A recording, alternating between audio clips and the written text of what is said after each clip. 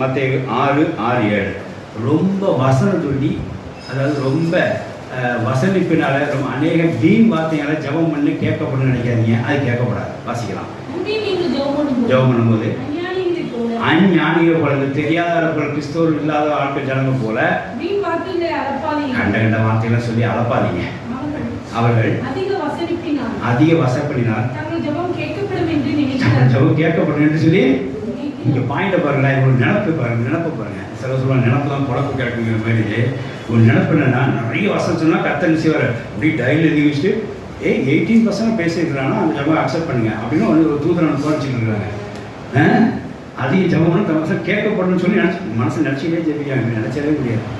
அடுத்தது வாசிங்க. பதிலா டேரக்டாக ஆண்ட சொல்லிட்டார், இந்த ஜெபத்தை நீங்கள் செய்யாதீங்க, இட்ஸ் அ பேட் திங் அப்படின்ட்டார். அவர் போல நீங்கள் செய்யாதீங்க.